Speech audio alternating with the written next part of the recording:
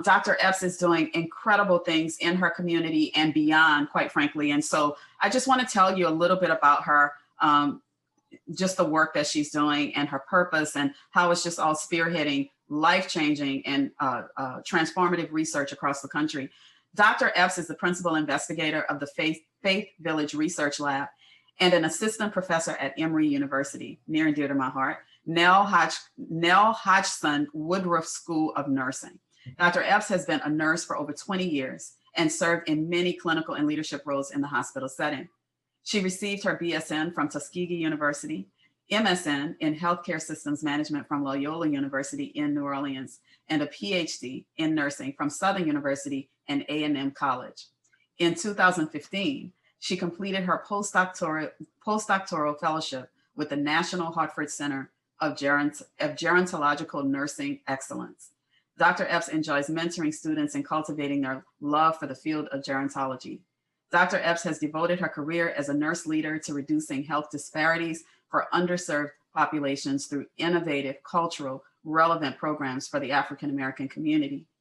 She works closely with an interdisciplinary team to promote quality of life for African Americans living with dementia and their family, caregivers, care partners through self-care and meaningful activities.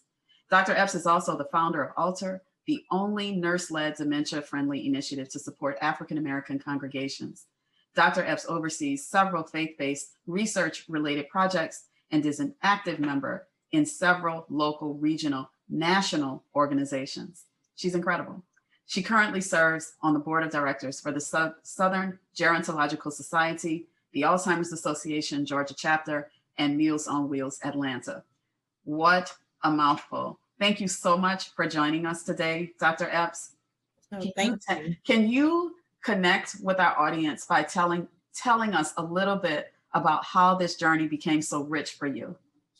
So I think, and thank you for the introduction. Thank you for having me. I'm looking forward to this conversation. And, you know, it goes back to where did this get started, right? Yeah. and there's so, always a seed. Yes. And so I've been a nurse for over 20 years, a little bit over 20 years.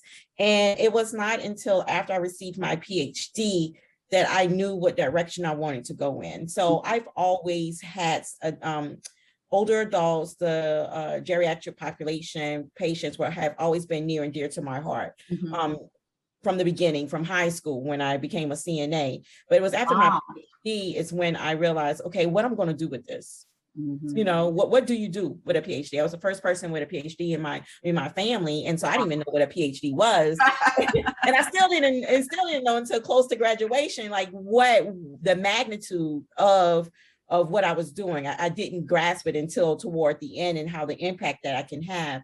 And once I was able to see what other nurse researchers and nurse scientists were able to do, I decided, you know what, I want to make impact, and I want this impact to happen within my family, within the community I live in. And so that has been one of the driving forces to a lot of the work I've done. And then for me to focus on dementia and family caregiving, it was really, that was sparked when I started doing more reading. Okay. You know, they would say, Fayron, you can't help the world. You can't just focus on every chronic illness.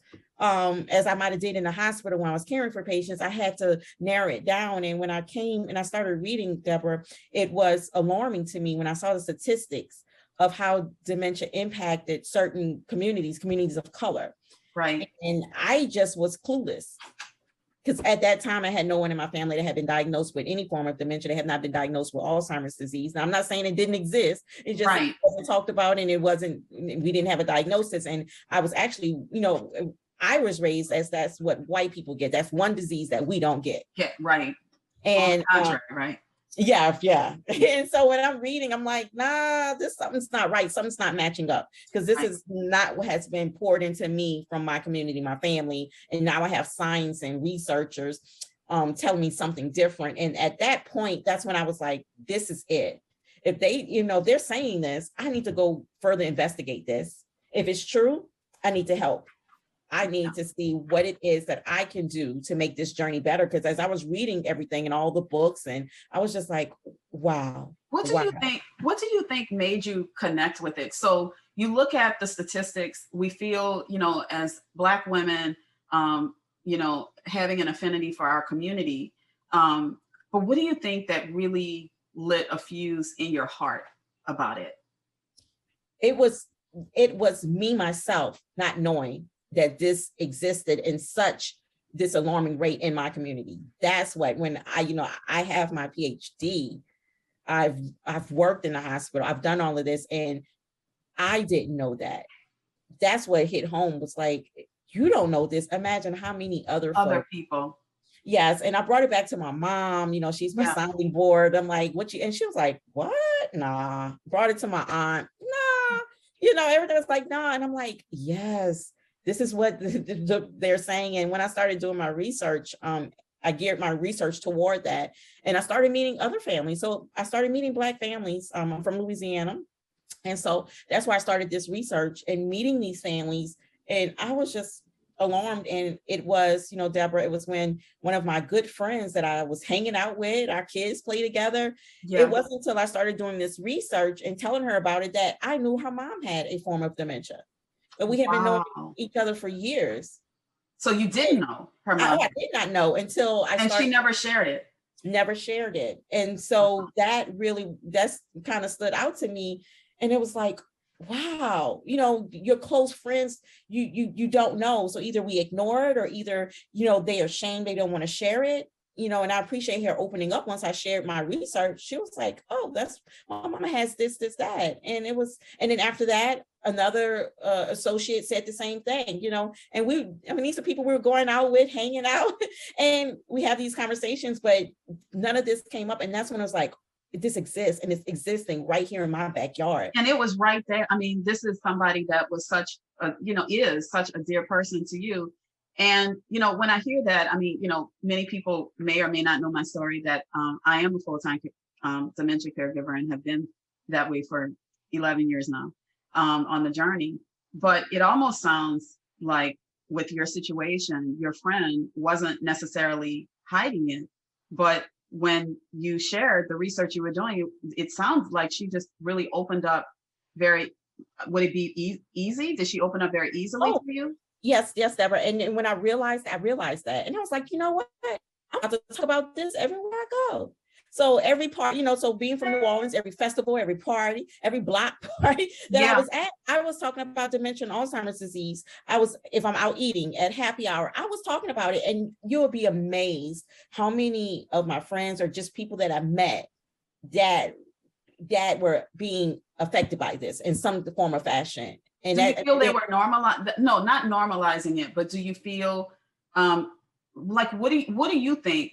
If they had no one to talk to. That's what I was getting at. Because no one understood it. And so finally, and once I started opening up about what I do, it was like, wait, somebody cares. Yeah. Somebody's spending time on this. Or understands it, and have a conversation. Because, as many family members, and your role as a caregiver, when you try to speak to another family member, they're always, most of the time, nah, that's not the truth. Because when I'm around, she or he is like this. Yeah, they're fine.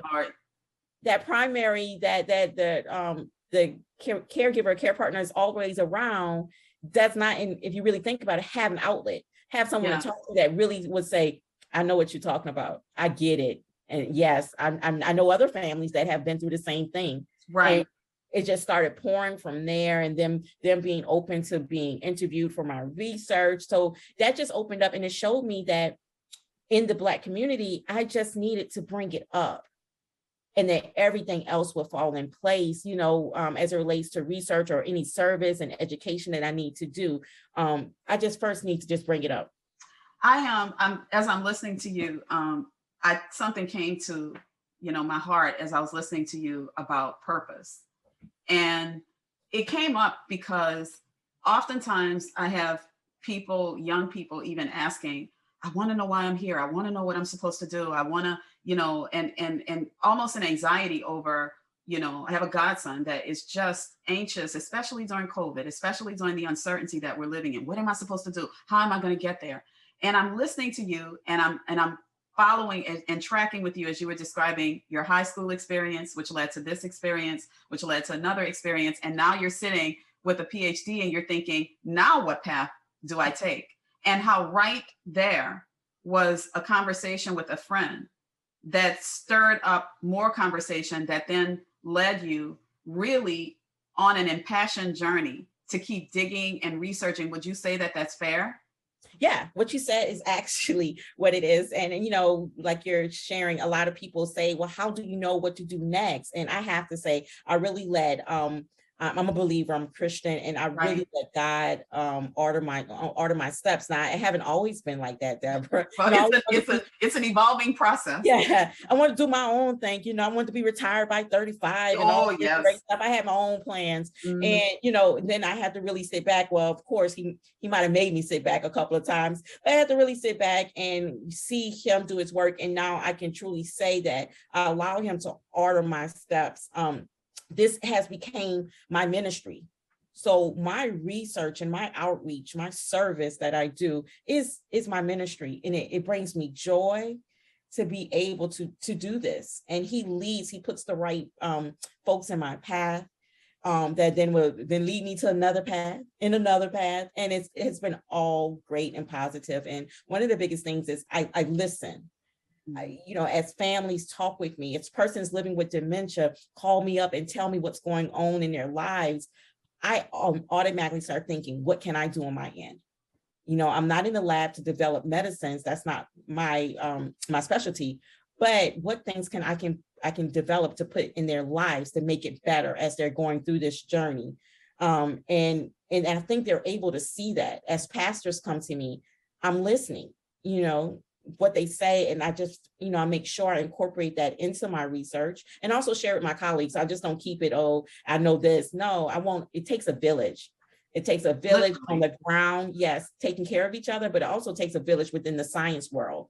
Yeah. How it takes us all to come together, share ideas to be able to really help families and improve outcomes for these families. How do you think that this so the thing I wanted to connect to with purpose that I think is so just fantastic about even just the story you share, you might not have even anticipated that I would kind of go in this direction. I like to be led by the Spirit as well. But I think it is such a testimony for young people that are at any juncture of their life, that there is a trust factor that you can take one step and another step, and it's going to lead at some point, the threads will connect.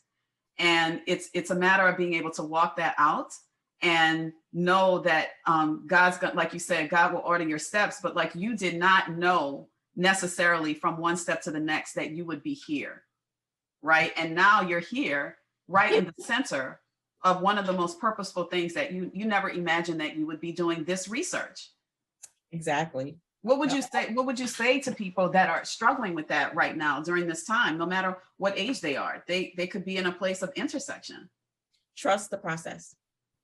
Trust it. So as you were speaking, that's what came to me. Is just trust the process. And I do a lot of reflection. So I've always done that. I teach the students to do that, my kids to do that.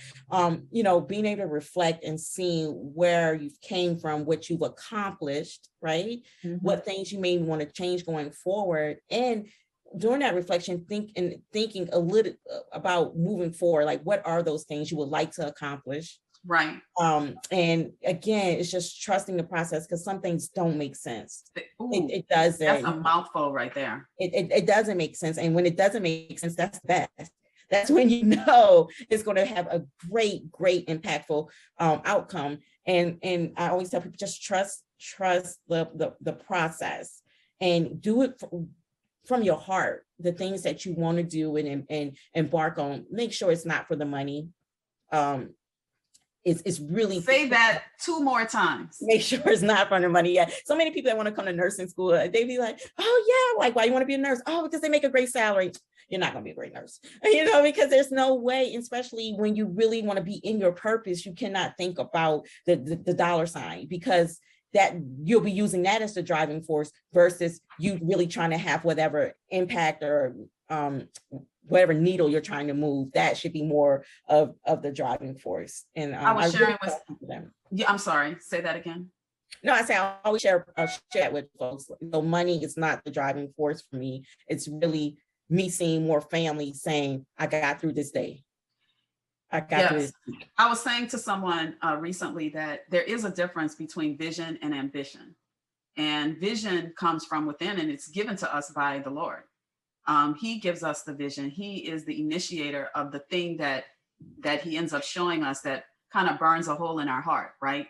That comes from it's birthed from the Lord, but he births it in us. Whereas ambition is really all it's all driven by what we want. We're in pursuit of something because of what we've conjured up. It's very different.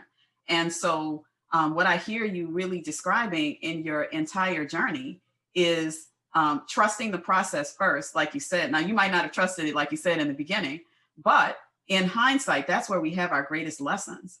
And to look over your life and see these threads at this point, and then oh gosh, I trusted this step to this step to this step. And somehow, even if I made a misstep, it's still all working together. It's all coming together. How much would you say, so having the vision, trusting the process, how much would you say, because I heard you talk about this one time and I really loved it, this capacity to persevere, a capacity to persevere. I heard you say one time, never give up. Yes. And I think, and having that resiliency, and I mean, if this is something you want to do, you don't give up. So, a lot of barriers and roadblocks will come in the way.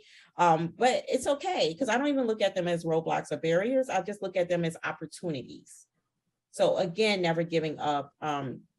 And when I was in Louisiana, that was one of the themes for the church. My pastor, that was his theme, never give up. So it was embedded in me at all the services and stuff like that. And, I think that's very important that you don't give up, because it's not easy. And I hope I don't make it look like it's easy. I mean, for me, you don't make it look easy, but you make it look possible. You don't make it look easy, but you speak to what is possible, right? Yes. I mean, just from purely the understanding of caregiving and dementia, these are not subjects that are at the forefront of our country all the time, right? And so we hear about a lot of things, but that's not necessarily something we're hearing about as often as we may want it to be heard. And so that means that you're talking to people, and you're talking to people within our community that in just that subject matter alone is really not at the forefront.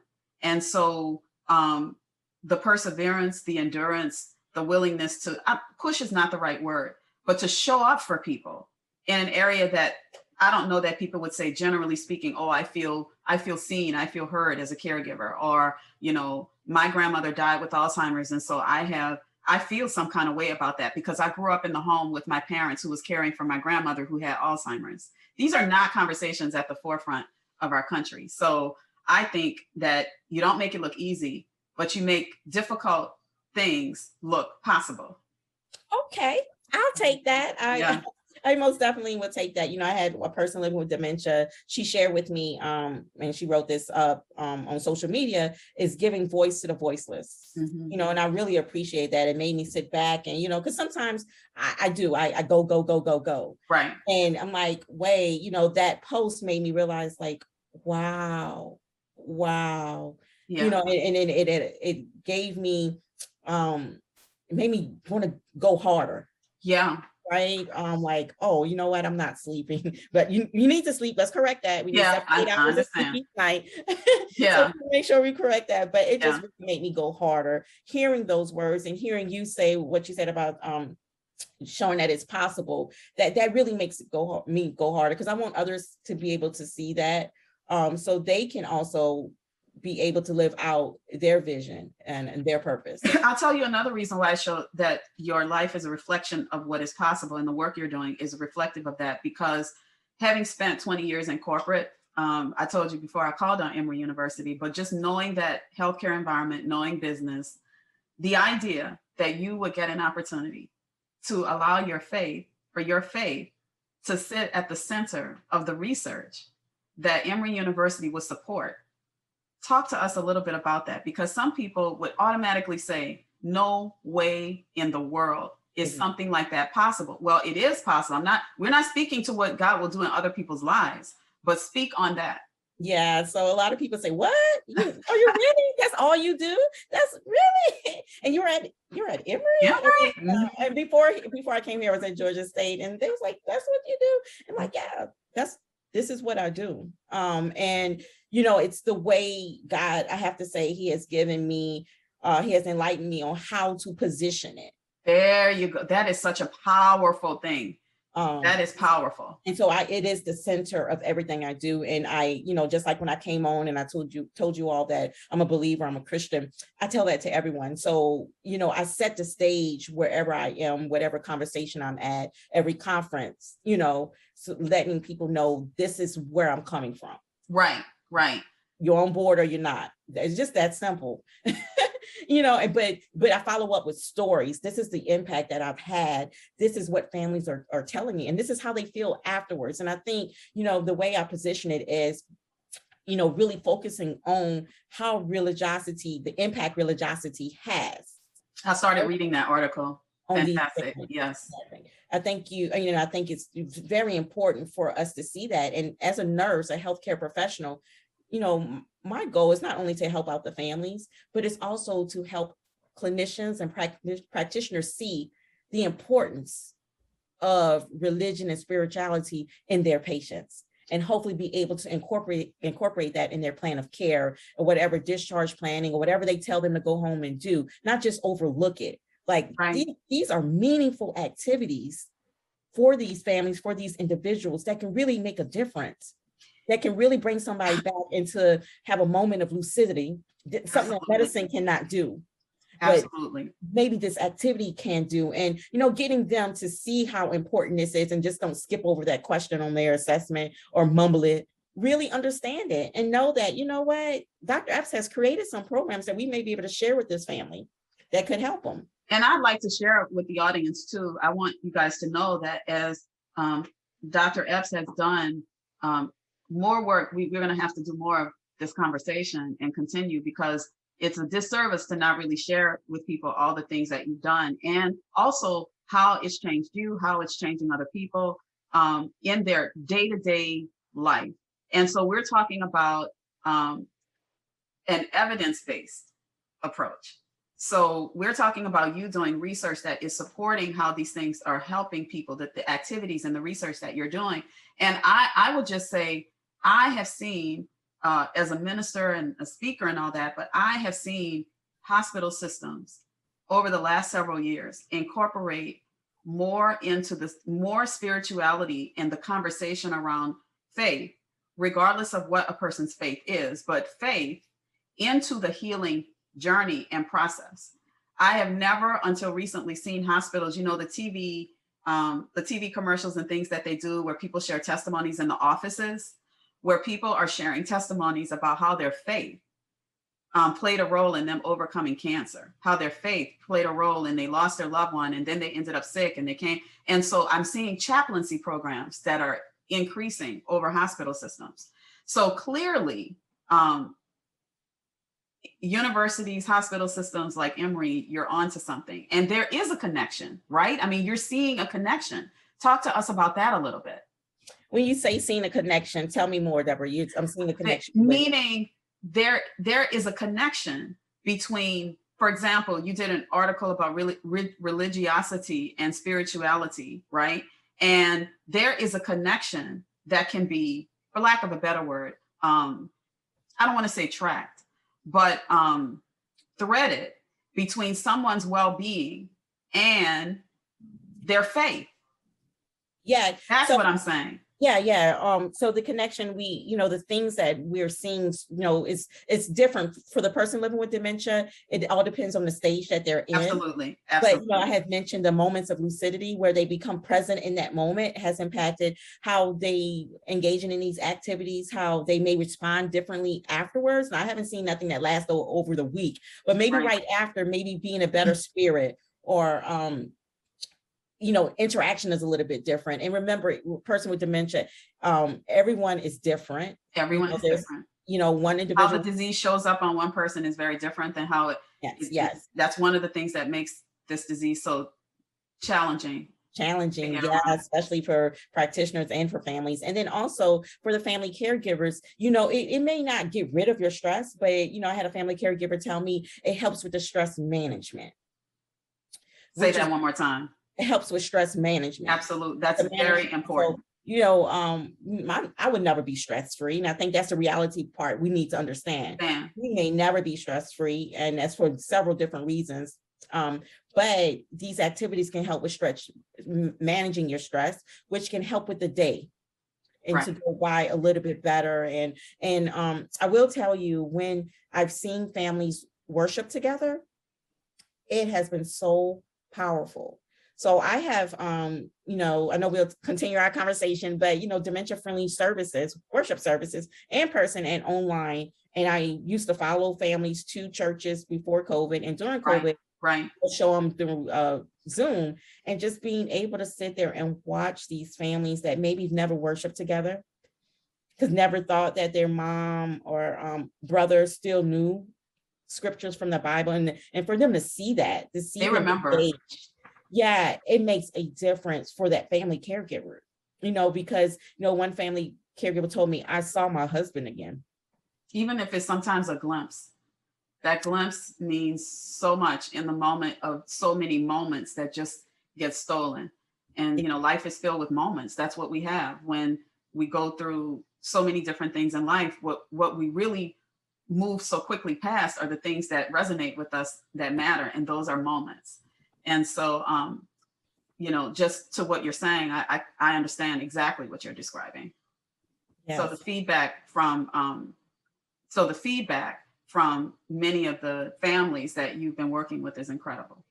So no, Deborah, I wanted to piggyback on something you said a little bit earlier about how my work is impacting not just the families, but a lot more than that. And I have to say, you know, I thought I was just here to help families.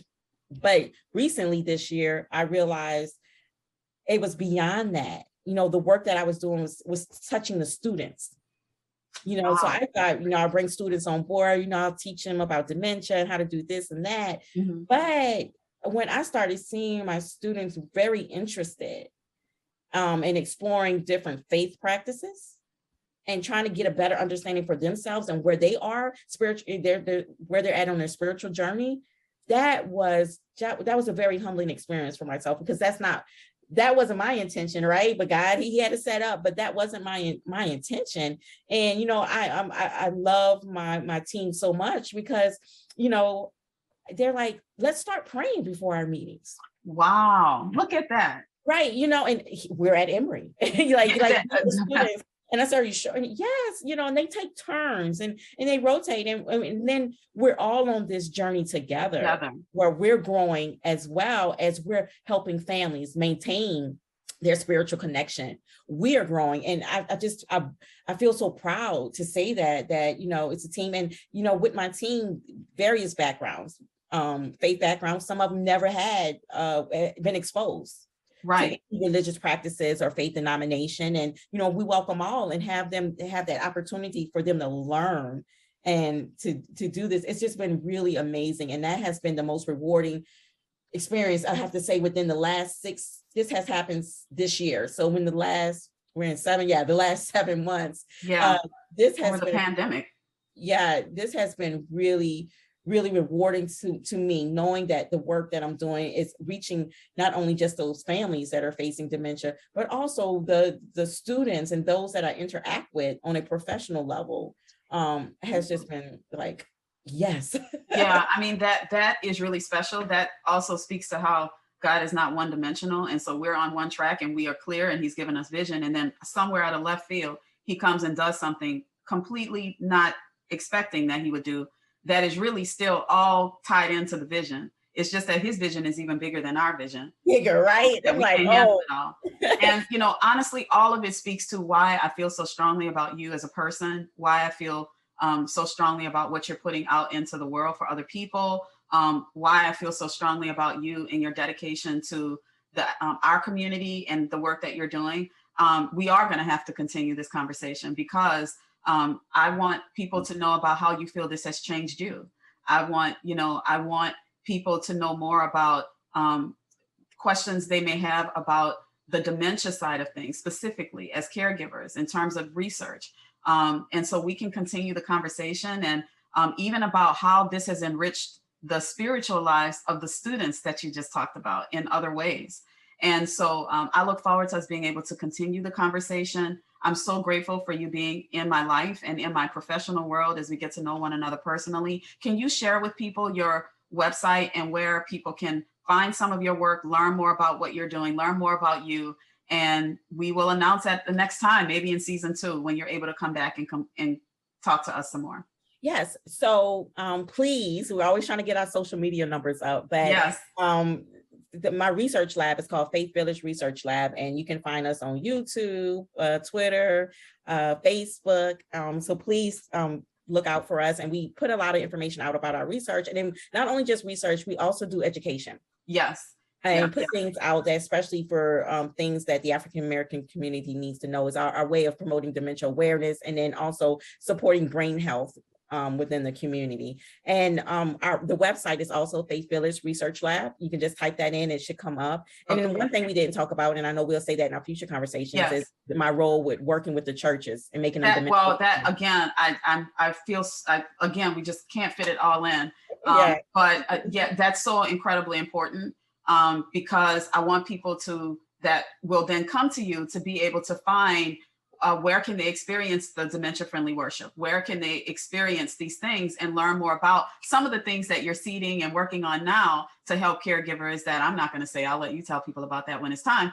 But I'm saying all of that to say there's so much that you're giving to the community that I can't wait for people to learn more about. And so again, I'm just thanking you so much. I love you. I'm wishing you just have an amazing rest of the year and all the work that you're doing. And obviously we will be talking again professionally. But again, you guys are just, hats off to Dr. Fayron Epps, Emory University, the work she's doing, the person she is, and let this be an encouragement and an inspiration for your weekend and your weeks ahead. And I can't wait to talk to you again.